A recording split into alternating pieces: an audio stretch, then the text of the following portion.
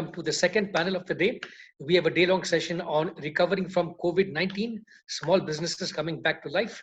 In this panel, we have Reena Nanavati from Seva, Krishna Gopal GV from Access Livelihoods Consulting India, Vivek Pawar from the Deshpande Foundation India, Pragnya Godbole from the Asra Foundation, and Bhaskar Reddy from the Syngenta Foundation India. Moderating this panel is M. Srinivas Rao, CEO of GAME, and Madan Padaki, co-founder of GAME. Over to you, Madan. Thank you, Madan, and thanks to the Your Story team for hosting this panel discussion. Welcome to all the panelists. Thank you for being with us. It's a pleasure for M. Srinivas Rao, aka MSR, and I to play moderators for this session. Just to set the context for a couple of minutes, GAME is all about bringing together the ecosystem to galvanize the entire mass entrepreneurship movement in the country. And we believe that if you can energize entrepreneurs to think scale, to grow, and start generating employment for 5 to 20 people, the jobs challenges as well as the economic growth challenges, the equitable economic growth challenge will all get addressed. And that's the whole aspect of GAME. GAME is really an ecosystem of all of us who are working together to improve the lives of mass entrepreneurs. The current situation, when we talk about mass entrepreneurs thriving, the current situation has forced us to take a step back and not just look at how do you get mass entrepreneurs to thrive, but in the first instance, how do you get them to survive? And we've been all experiencing, reading, hearing, discussing about how difficult the economic situation will become even more so as time goes by, especially for the smaller businesses. And this discussion is to dwell a little bit into what are the challenges that entrepreneurs are facing on the ground. What is it that each of you are doing, as what are the interesting solutions that you have seen or are implementing, and what should we be doing together as an ecosystem to come together to get small entrepreneurs and small businesses to start surviving first and then get them onto a path of thriving, right? That's the whole objective of this conversation. The format is, as I mentioned, is a conversation amongst friends. Each of us here have bring in decades of wonderful experience to the table, and I would really love to get a conversation amongst us so that the learning for the ecosystem emerges very clearly. So if you can start off with each one of you maybe doing a quick 1-minute background of your organization so that everybody understands the segment and the audience that you work with, the customers that you work with, and the challenges that you see from your perspective that the system that the entrepreneurs are facing that can kickstart. Before I begin, MSR, anything else to add to that? I think that was a fairly accurate summary of what we are looking for. So look forward to the conversation. Hi, Madan. Thanks, Your Story, for giving us an opportunity to get together in this way. So I lead the Asra Foundation, which is a social venture that is focused on making mass entrepreneurs, small business entrepreneurs, providing them whatever support structures are required, resources, services for them to succeed. And we want to do this at scale, which means that we want whatever solutions we put out there to be used by thousands and thousands of small businesses, micro businesses. And their success is ultimately going to lead to the jobs that are so badly needed in the country. So that's what we do. And to address, Madan, what you asked about in terms of what challenges we are seeing. So we've been speaking with a large number of our beneficiaries through direct conversations, through surveys, and really the cash problem, the cash crunch that our kinds of businesses are facing is the key. The businesses need to pay rent, they need to pay salaries, they need to pay their EMIs, and with the lockdown that's currently in place, where is that money going to come from? And that's really where they're stuck. That's also causing a lot of anxieties and a lot of depression in the system, not knowing where and how to come out of this particular problem. The other challenge is also access to information. There is a lot of information out there. There are a lot of schemes that are coming out. Banks are putting out schemes. Government is putting out policy. But our kinds of businesses really don't know where to go to get that information. And that's, I think, the challenge for them. Also, in terms of adjusting to the new way of doing business. Even in the lockdown, how do they survive by converting to online delivery models, by reaching out to customers? So, not knowing some of those things is also causing a huge challenge for them. And I think using technology there's not that level of digital literacy given the brick and mortar model that most of our businesses work in, and therefore using technology for some of those things is also becoming a challenge to overcome. Thank you for sharing those, and I'm sure we'll hear similar voices that across the table, and that's what we've been seeing when we speak to a variety of people as well. On a related note of a person who works a lot with micro entrepreneurs, maybe the next up, let me pull in Vivek into this conversation. Vivek from a Deshpande Foundation, you work with a lot of Navodyamis. What is it that you are experiencing on the ground?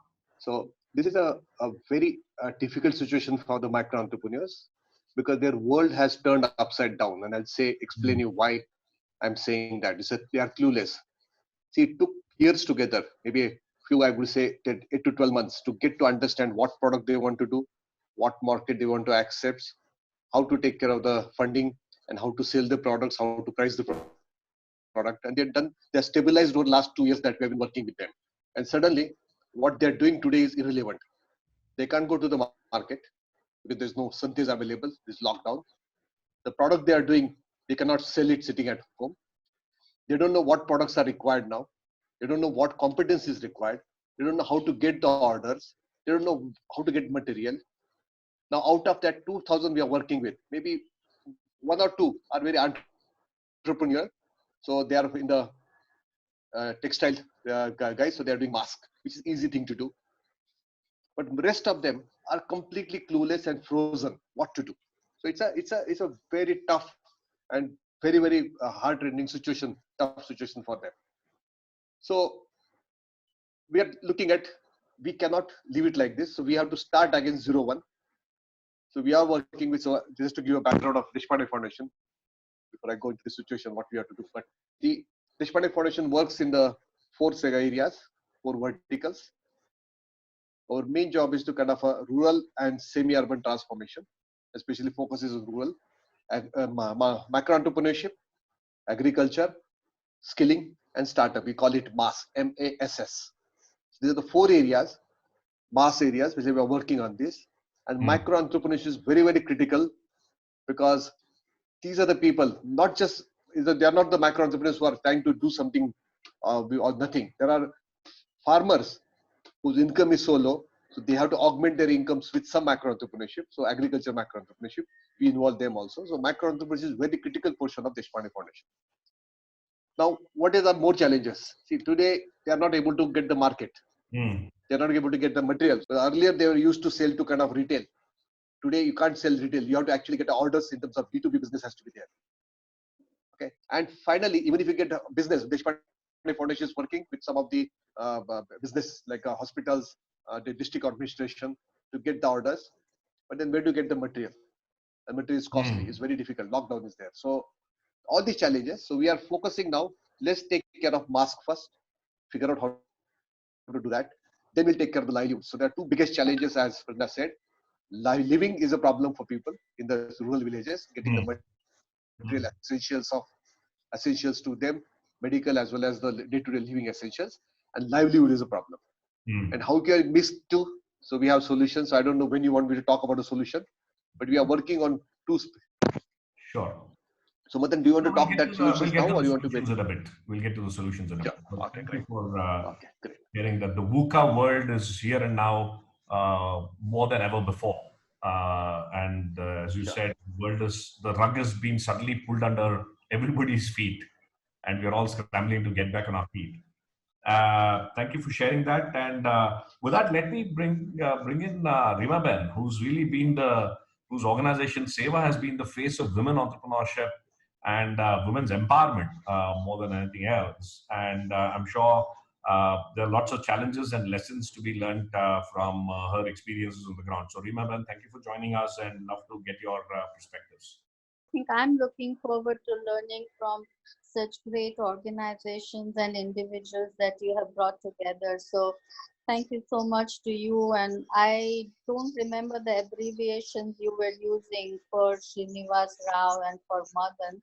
Maybe MSR and your story, if I rightly understood and learned it. But it's been a great pleasure. And I think I agree to what Prajna said and what Vivek said. I think suddenly the world has completely changed for the tiny and the micro entrepreneurs who were just struggling to stand on their feet and trying to come into the mainstream market, especially the ones who are very hard hit, are in the textile and garment industry, the artisans. Because they always, the supply chain always was dependent on the urban market, or they were dependent on contractors because they were subcontracted work from the global supply chain. So I think they are the ones who are hard hit. The other entrepreneurs who are also hard hit, maybe who are doing miscellaneous small things like making jewelry or assembling jewelry, assembling electronics items, packaging, packaging of medicines, packaging of other different things. They used to depend on contractors, and they are the ones who are again hard hit. So whoever's market was dependent on the urban market, or whoever's supply was due for the raw material or for the finished goods was dependent on the urban market, have been completely has come to a standstill. But I think there were some opportunities as well. And I think those opportunities were for the entrepreneurs or their enterprises, especially in the field of agriculture. So I'm talking of commodities, vegetables, and fruits, as well as, in the area of financial inclusion. So I will talk at how there were opportunities there, but definitely there were opportunities in those areas, and we have tried to use those opportunities, repurpose the entire supply chain. But I definitely agree to what Prajna was saying, was that digital literacy, having a strong command on digital know-how and architecture is now becoming a must for these entrepreneurs and their enterprises if they have to survive in the coming future years. So I'll just end here. And I also see that, access to finance is going to be a major area that they would really need support in. When I say access to finance, it's working capital, revolving fund, patient capital, but at a very affordable and a patient payback. So I think those are the two challenges that one will have to look at. Sure.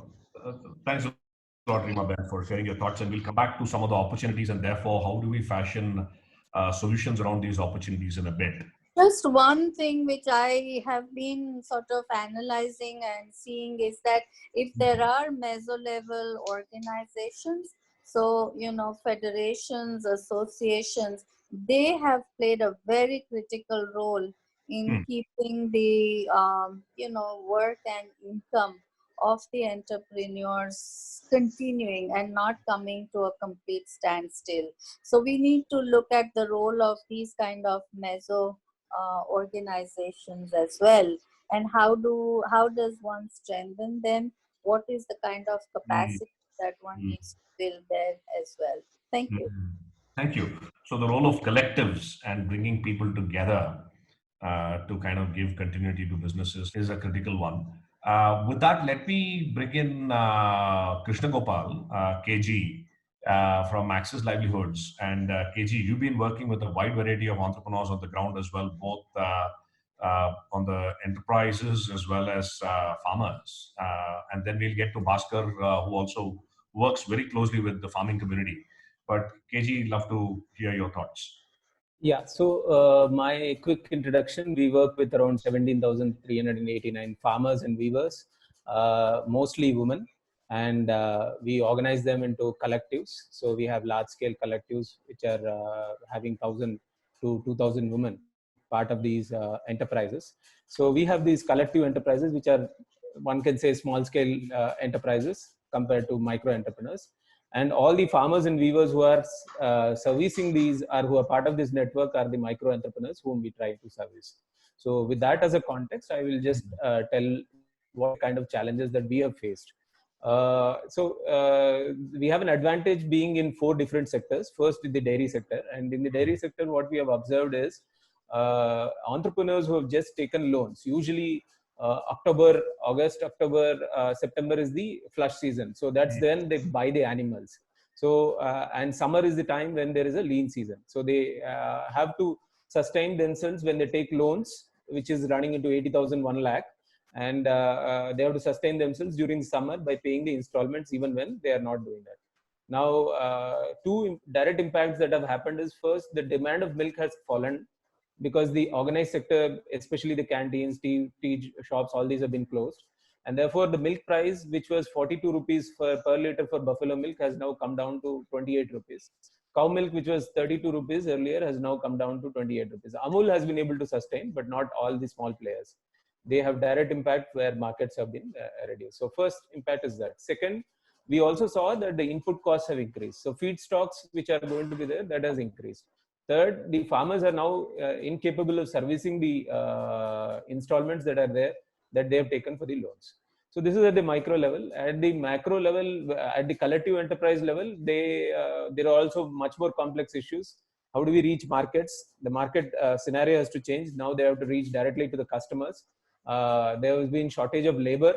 So we had to ask the women to volunteer to process the products. There have been shortage of labor for even salespeople to reach to the markets, because usually, in the initial phases, the police were actually physically beating up the salespeople also. And so these were the kind of things in the dairy sector. In the weaving sector, it has been much more hard hit, as Reema Ben had said. Markets are completely closed down, so there is a lot of inventory that is piling up. And we are not sure how do we do the production, because even the dyeing houses and all the input service providers for the weaving sector, they've stopped functioning, and therefore yarn is not moving, dyeing is not happening. So therefore production cannot happen, even though we would have investment to do the working capital, but there wouldn't be production that can happen. So that has been the issue. And if you look at the agriculture sector, it's the rabi crop for us now, and then you will see that harvest is not happening because labor is an issue, serious issue right now, because people are not moving around. There are inventories, stocks which are already piled up and which were supposed to get offloaded during the summer season. Both weaving and this one, summer agriculture, this is a good time to sell off most of the commodities. But somehow this entire thing has put a complete halt onto it. So these are the challenges, and of course there are many opportunities, and I will be happy to share the opportunities and how we have tried to overcome these kind of challenges later on, if this time permits. Hi, good afternoon, Madan. Thank you to Game and Your Story for organizing this wonderful online convening. Syngenta Foundation, we work on helping small farmers improve their income. That's the primary objective. And the strategy that we have adopted is to work with unemployed rural youth in the villages and to make them as entrepreneurs. And each entrepreneur helps about 150, 200 farmers with various services, right from inputs to all the way up to the markets and credit and farm machinery and other services.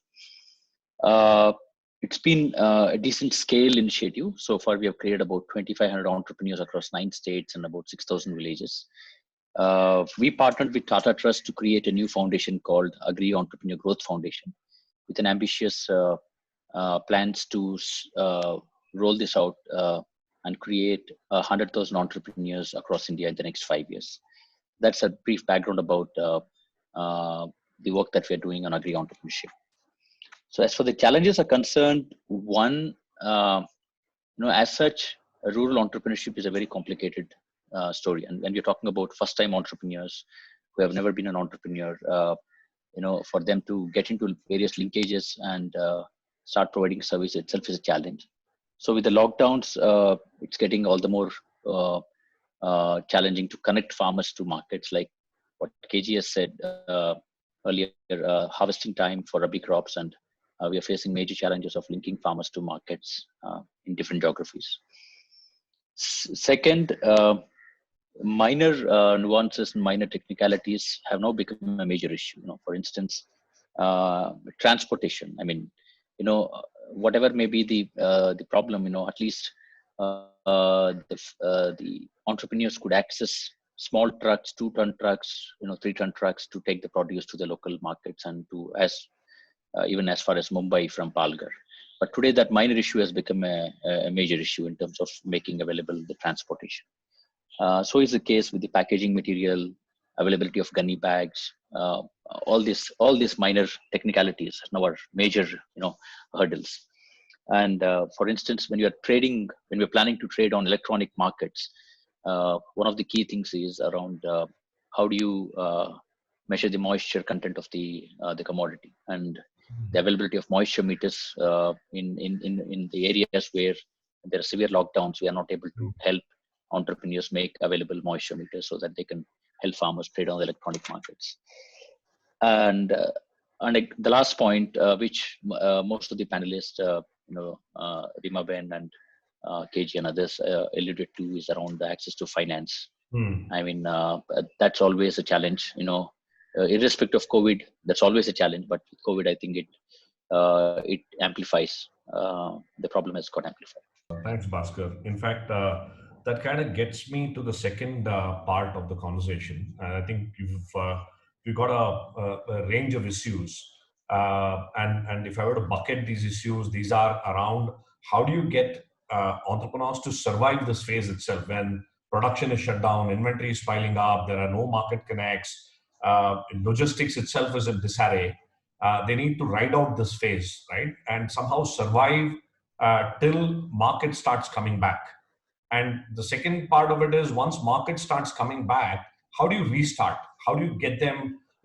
We talked about labor issues. We talked about issues of streamlining supply chains, of getting stronger access to markets so that excess inventory can be pushed out, better pricing.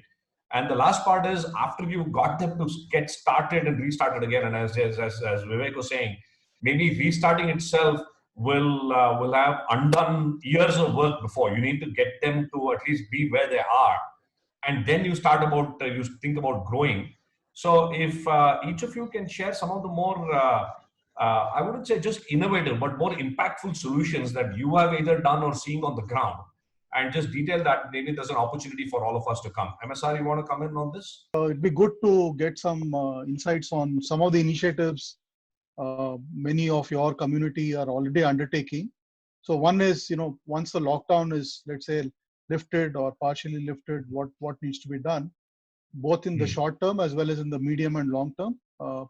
What do you think needs to be done so that some semblance of normality, can be brought back as quickly as possible for many of these small entrepreneurs? But then I think the couple of things. One is probably some of the things that the entrepreneurs can do during COVID. Which is not directly related to the business. I think it's also an opportunity time for the entrepreneurs to build trust with their clientele and their customers. In our case, the agri-entrepreneurs, how do they build the trust with the farmers? So I think it's also important for us to train our entrepreneurs, saying that, look, it's a long-term perspective. Please take a long-term perspective. While we know that it's a very hard time and you're facing challenges. And I think second thing, I think there are also a lot of opportunities that, one should look at, during the post-COVID. One, I think proactiveness is very important right now.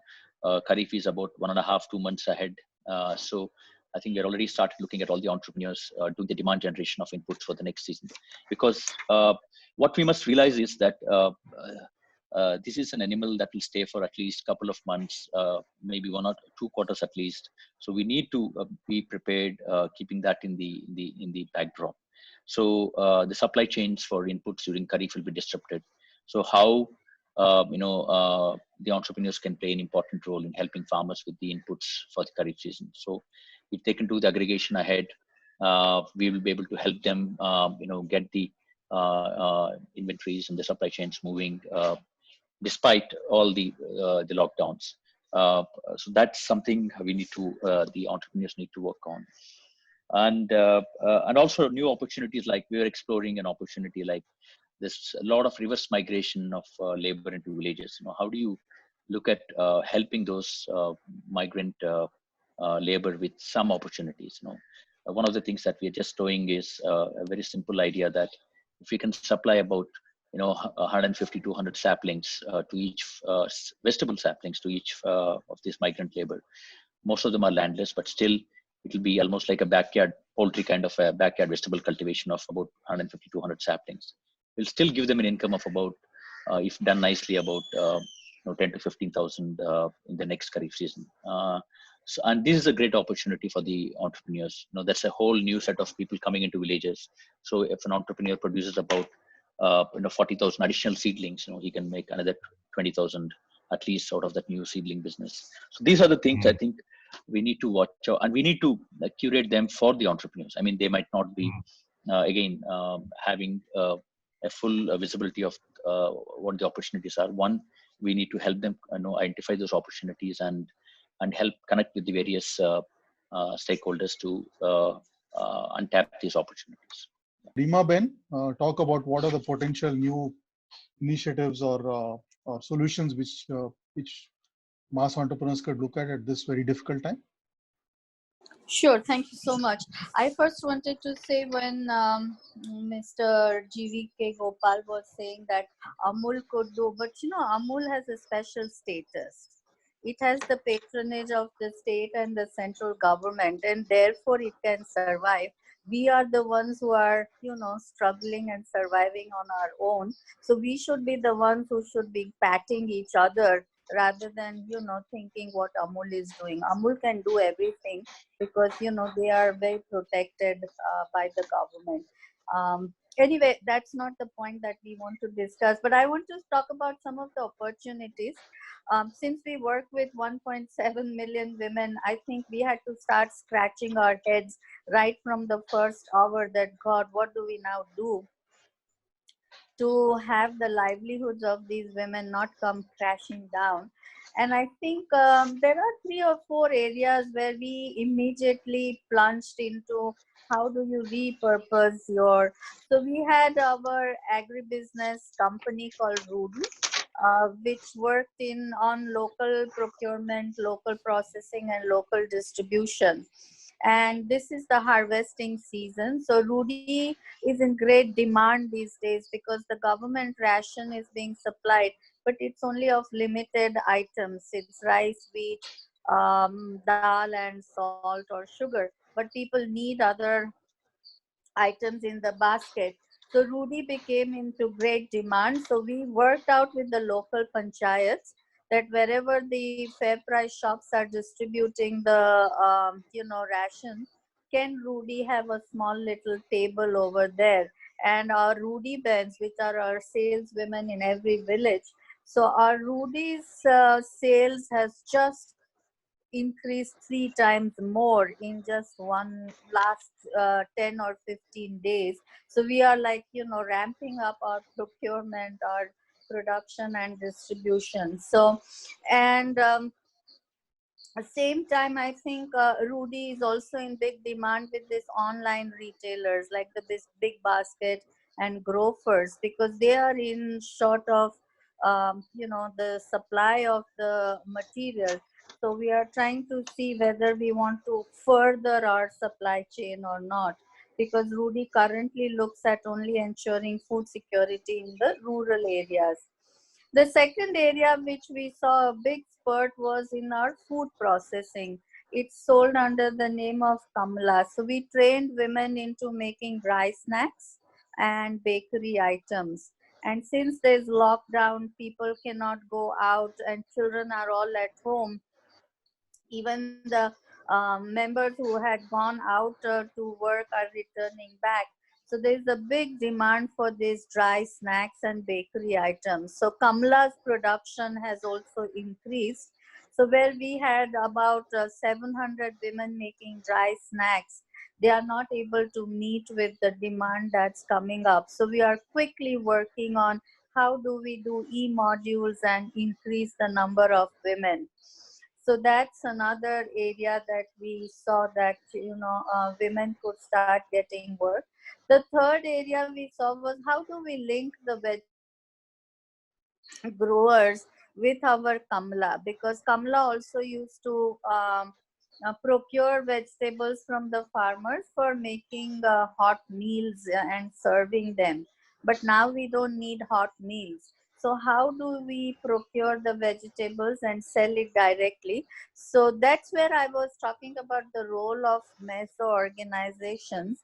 So Rudy, our company, negotiated with the municipal corporation. So we now have e-rickshaws which are given to us by the municipal corporation, and the variety, they buy the vegetables and sell it in the city. So the vegetable growers who were otherwise, compelled to throw away vegetables at, 1 rupee a kg, which they were not able to afford, are now able to get a very good return of at least 20 to 25 rupees a kilogram.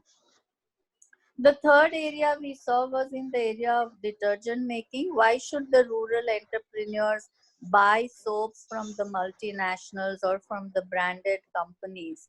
But they can start making their own detergent and own soaps. So we have about 1,500 women who are making soap, and they sell it locally in the villages, and the government is also procuring from them. Same way for mass production. And I do agree that, one thing we realized from day one was that we will not buy the raw material. Whoever supplies the raw material, we will make the masks for them. So we have about 1,500 women who are making masks. The third area that we thought was India wants to be a plastic-free nation. So how do you have the entrepreneurs without having to upgrade their skills a lot? They turned into making paper bags and paper envelopes, binding of notebooks and textbooks. So that was a third area that we took up. And the fourth area was processing of vegetables.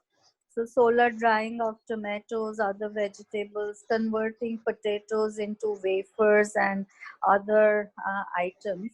So these are some of the things that we tried, and about 20,000 women and their livelihoods have therefore been sustained. There is not a big drop in their income. But however, what we are realizing, the fifth area, that women who had smartphones and who were using digital wallets, they became entrepreneurs all of a sudden, because everybody had cash transfers in their accounts. But how do I go to the bank? How do I withdraw the money?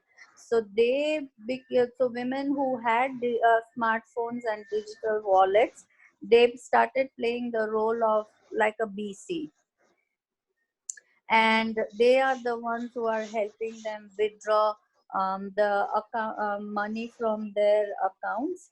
And we have tied up with some of the local branches, and that's what they are doing. The third thing we are doing is that these women are also being trained that how do they give their voice to convert training modules into e-modules, because we know that at least for another 6 months or so, physical classroom trainings are going to be very difficult. So how do these women play a role in converting the training modules, because they were anyway master trainers? So that's the other thing that we are also working on.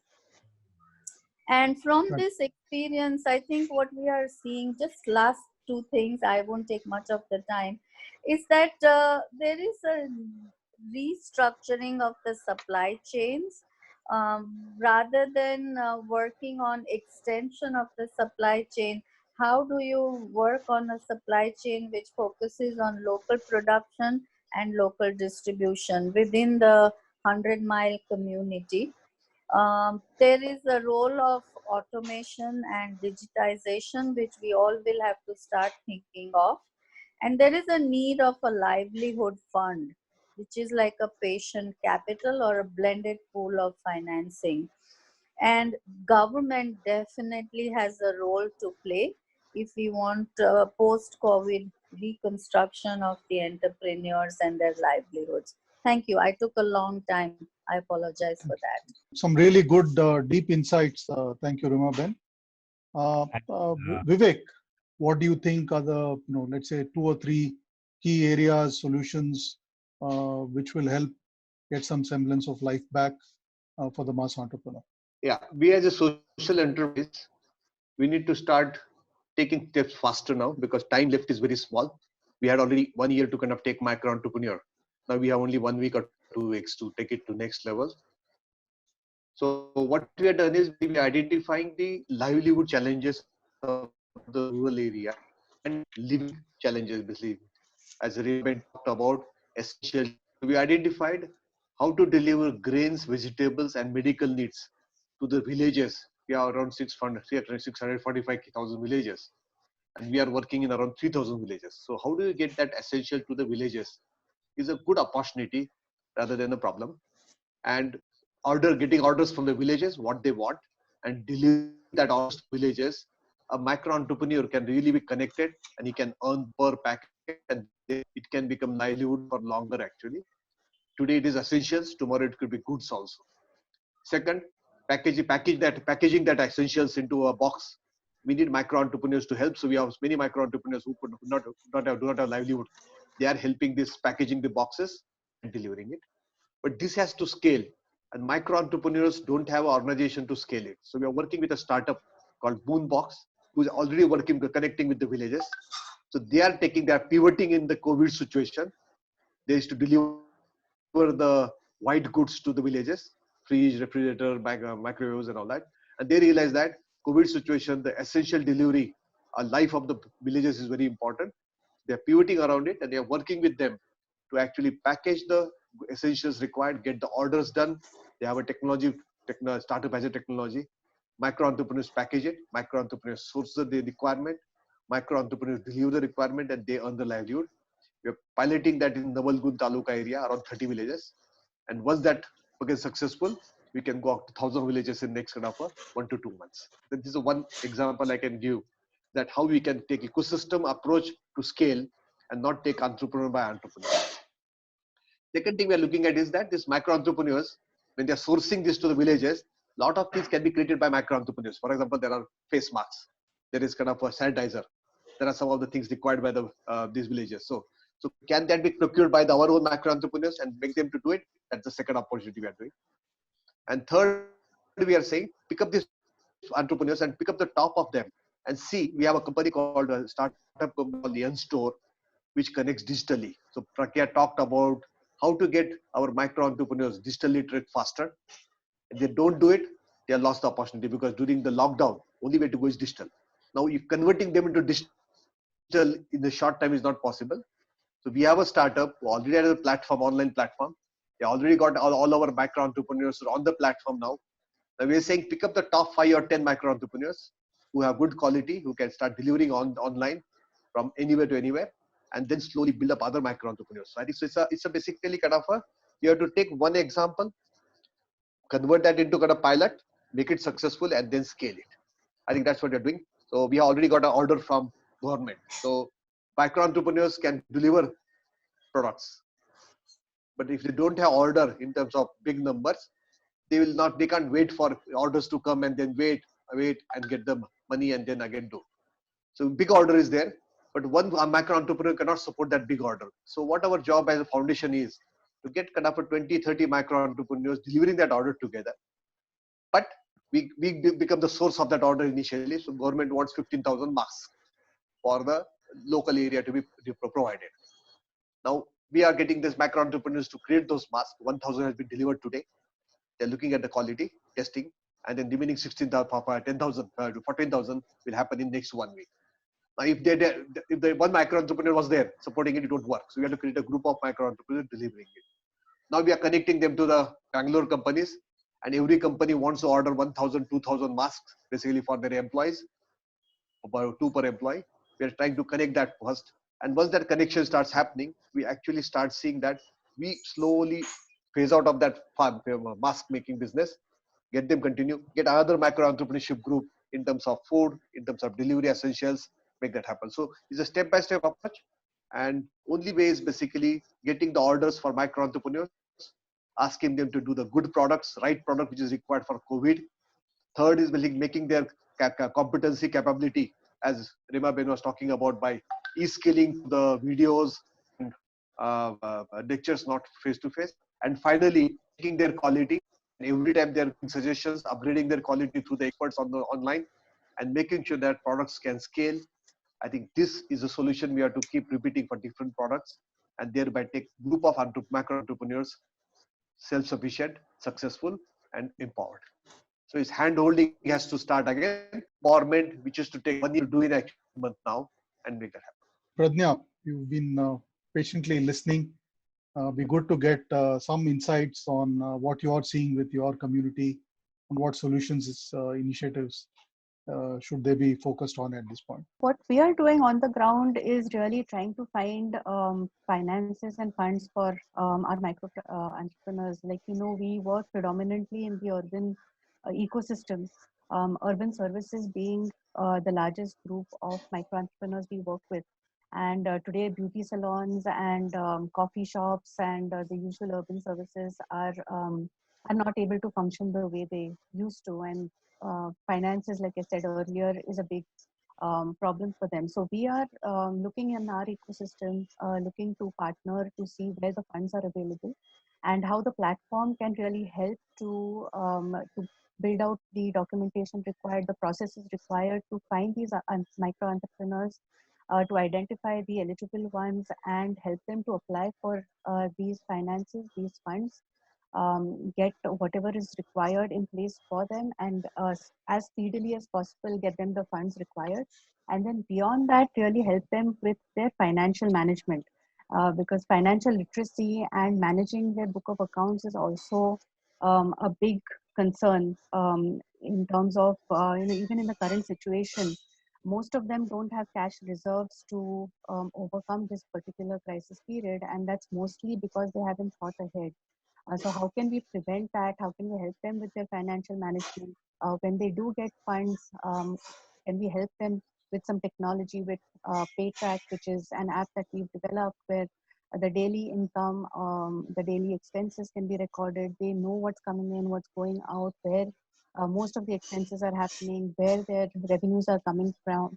All of that, getting a good snapshot of that and then helping them to manage the funds once they come in is the second part that we are focusing on. Along with that, really getting used to or finding innovative ways to survive in the post-COVID period. Social distancing is going to remain for some time. People are not going to be comfortable going into stores, into these beauty salons. So what does social distancing really mean in a beauty parlor context? So that's the kind of tips, the kind of education that we're putting out there. Maybe you need to decrease the number of chairs. When you go into a coffee shop, maybe the coffee shop has to really display and show a really good level of hygiene. Really work at the professional standards that will build the customer's confidence. So how does one do that in various of these businesses is the information that we're putting out there. Not only that, in terms of appointments, services businesses, typically it used to be a walk-in business. That will have to change to a more token-based or an appointment-based business. Can we use technology to help some of these micro entrepreneurs to take appointments, to take orders online, to deliver product, home delivery? Can technology help on that? So it's going to be a different normal, and getting adjusted to that normal is going to require a different way of thinking. And those are the kinds of thoughts and bits and pieces of tips and smart practices that we are working really hard to get out there for business. So people are prepared and they can get things together before it's time to really start practicing a whole lot of things. So we're also helping them go online. So like various of the panelists were saying, businesses are going to have to learn to sell online, sell on WhatsApp and on Facebook, maybe have a website listing their products and services. So how does one really do that? How does one really go onto a Google My Business? So that's something that we're helping our businesses with, and also reach to customer. Right now it's really important for them to reach out to their customers, and like Bhaskar was saying, the trust and the confidence and the loyalty of the customers is going to be important to build right now. So how can they do that through digital means? We're giving them ways and means to do that. Digital reach in terms of e-gift cards or e-vouchers. So they get some cash right now and they are also assured of business later. So the platforms for them to get those gift vouchers out, to get those cards out is again something that we are trying to provide them with right now to get prepared for the post-lockdown. So like, as you can see, technology and its use and leveraging that for various customer reach, for deliveries, for operations, improving the number of staff that you're going to have to retain. Technology is something that we are focusing a lot on in terms of what we can provide. Yeah, hopefully that will change the way of doing business and yet keep our business profitable. As Bhaskar was also saying, skilling at this time is also important. This is the right time to really upskill, to really get the business skills, not just financial literacy and digital literacy, but other ways of doing business, and getting those skills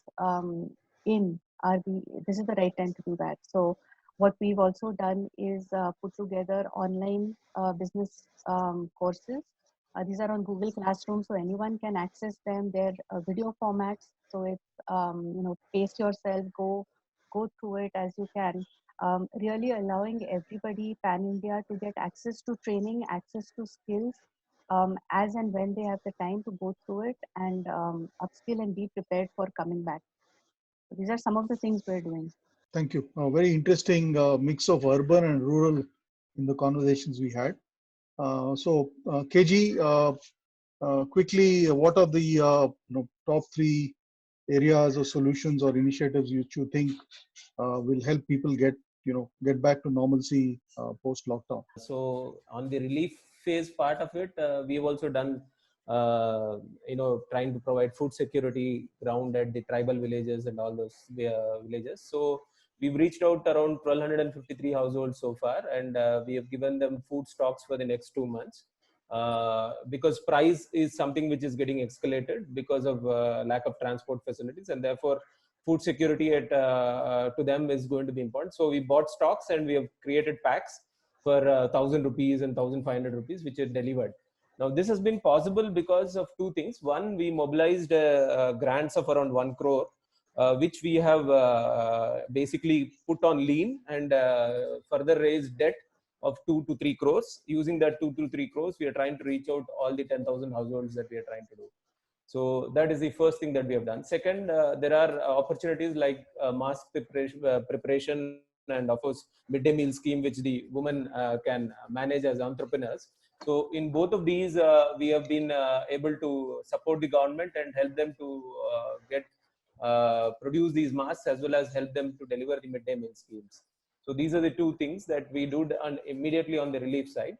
On the cash flow management, what we have done is we have stopped giving any advances, which means that people who are trying to buy things from us have to give cash in ahead of time. Been a vigorous follow-up on receivables, which also has helped to ease a little bit because some of the people paid in the money. We have given the cash vouchers for the consumers, which also brings in future market for us. And there we have a direct to consumer access. We have asked for advances from the consumer. So for example, in milk markets, we've asked consumers if they can give out 2 months advance. So 1,000 rupees or 1,500 rupees is not a big amount, small for the consumers, but it's a big amount when it adds up at the producer company level. So we have done that. We have built-in stocks of inventory, especially feed stocks, because again, feed stocks prices are increasing. So with whatever limited cash that we have built in the stocks, so that price doesn't really translate into higher price at the ground. So wherever we could hire godowns, we could hire godowns. And for poultry as well as for cattle, we have taken care that feed is available for the next 2 months. We have also gone ahead and sought special permits from the government so that business can continue as usual, especially the production and processing units. Groundnut processing that was stopped has got reinitiated. Narayanpet in Telangana, where weavers have been given a permission to go ahead and produce in the work sheds, those kind of permits have been taken. We have been given a leniency in the repayment cycle for the farmers, so that they can give this one. This is something anyway NBFCs are all giving. So we have also passed on the benefit to us, but we are not sure whether we will get a leniency in our repayment. That's not, the policy isn't clear about that level. In the poultry boards, what we have done is that we have reduced the feed rate so that growth rates of the poultry bird reduces, and then they are available at the different time span at the market level, so that price realizations are really this one. Legal compliances have to be fulfilled. Now, for us, the entrepreneurs have to be helped and coached online now. We're doing online modules so that, legal compliances, especially closing the books of accounts in March of 31st, is something very serious. So a lot of stock taking has to happen. All that we are supporting online right now and helping the teams to do. Mostly teams and labor has been managed by volunteers from within the community. So women themselves have come from each village. 3 to 4 women are coming every day to look at labor shortage that is being done.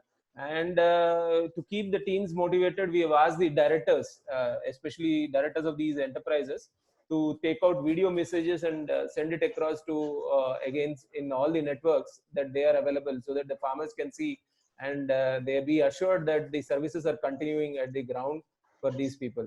So a variety of things. We are also trying for additional debt to be mobilized, and for that we are trying to look at some funds, especially some funds guarantors who can give guarantee a little bit, so that once we have a guarantee, we get additional debt and we can finance the entrepreneurs at the ground. And the final thing that we have done is to connect to the stakeholders. So especially vendors, suppliers, and all these people, they have been critical in terms of providing market information and helping us to identify new opportunities to connect to this one. In fact, GAME has also been supporting us to identify new buyers for our cells to get connected, especially the online markets, so that some of the stocks which are held up with us, we have around 7 crores worth of stocks.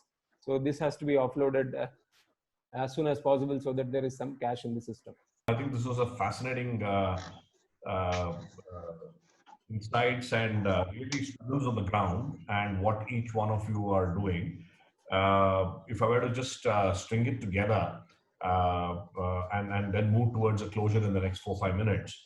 Of course, there is relief work that everyone has to do. That's the need of the hour. So be it food, making sure that their living is not destroyed in any form. How do you get them to go? That apart, clearly heard about cash flow management and how do you enable cash flows to come to the entrepreneurs in multiple forms, be it in B2C, consumer advances, be it in debt, whatever. We also heard a lot about new business opportunities. Most of you talked about how do you really get new business opportunities and new business models of collaborative approaches. So I think Rimaben was giving a lot of examples of how collaboration is happening on the ground. So did Vivek allude to that in many forms and ways.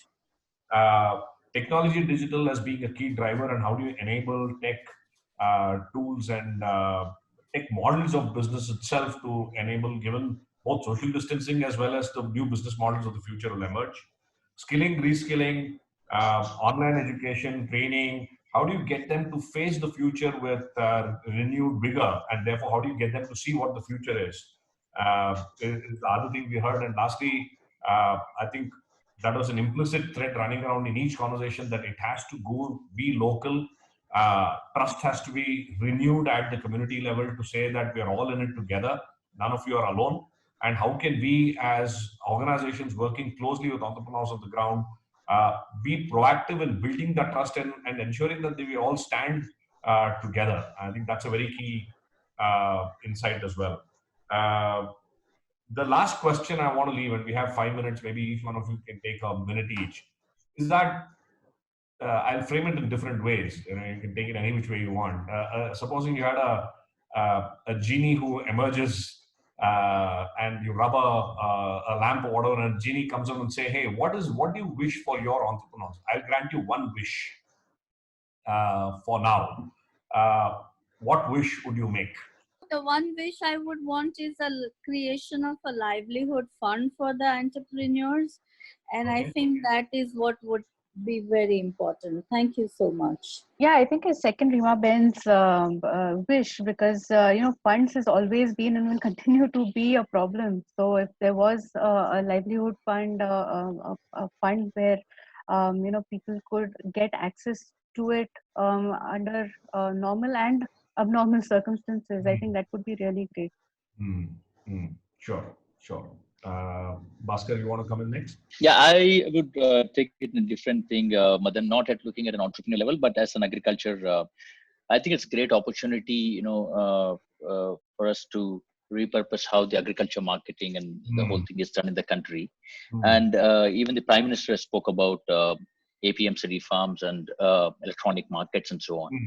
So if we were to look at how do we suddenly transform millions of smallholder farmers the way agriculture is done, I think electronic linkages, electronic market links, like how, 5 years ago, nobody thought of Amazons and Flipkarts being operated in villages and, tier 3 towns.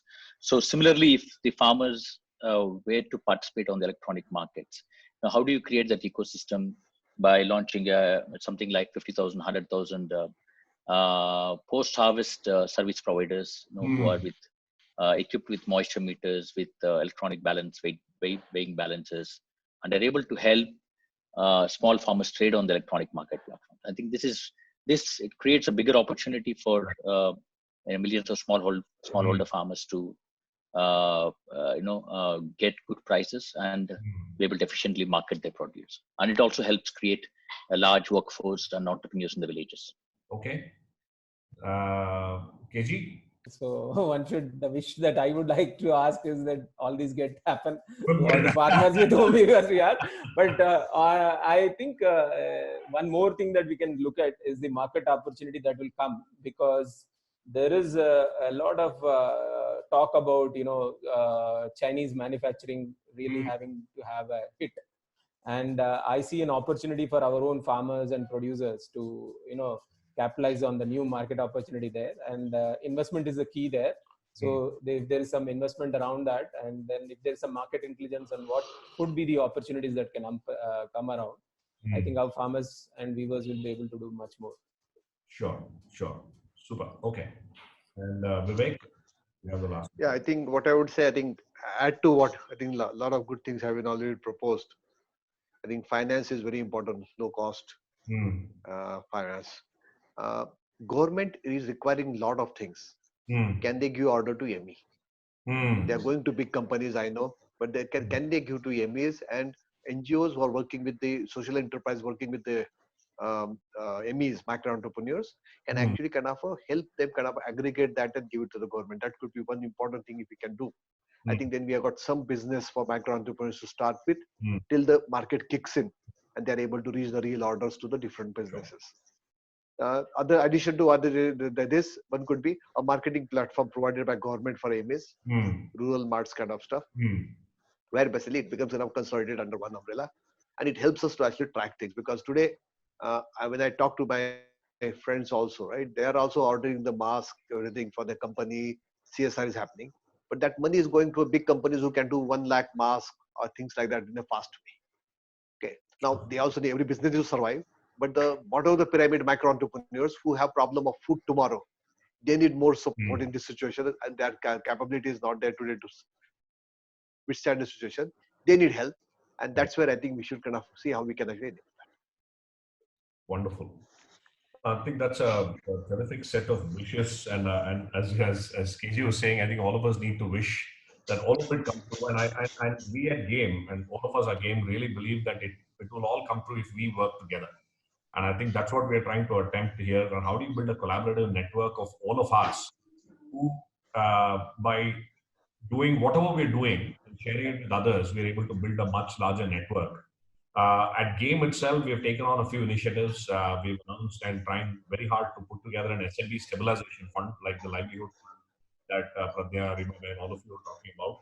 We're trying to create a $100 million fund. We are also finalizing the blueprint, and we will launch very soon a mass entrepreneur support network, where entrepreneurs who don't have the benefit of access to folks like you can call in, can talk about the challenges that they're facing, and we want to then bring in a variety of ecosystem partners to support these entrepreneurs. It could be governments, EDOs like yours, corporates, financing institutions, so on and so forth. So we're starting off a pilot in Karnataka very soon. And the idea is that how do we truly understand voices of entrepreneurs and then bring in relevant actors to do whatever they're doing good. And lastly, I think we need to continue to keep these conversations going. I know each of you have engaged very deeply with us and with each other. And my wish is really that maybe in a month's time, 5 of us, 6 of us should come together to talk about how each of us work with one another to make magic happen on the ground, right? And with that wish, I would love to, in the interest of time, draw this session to a close. Thank you so much.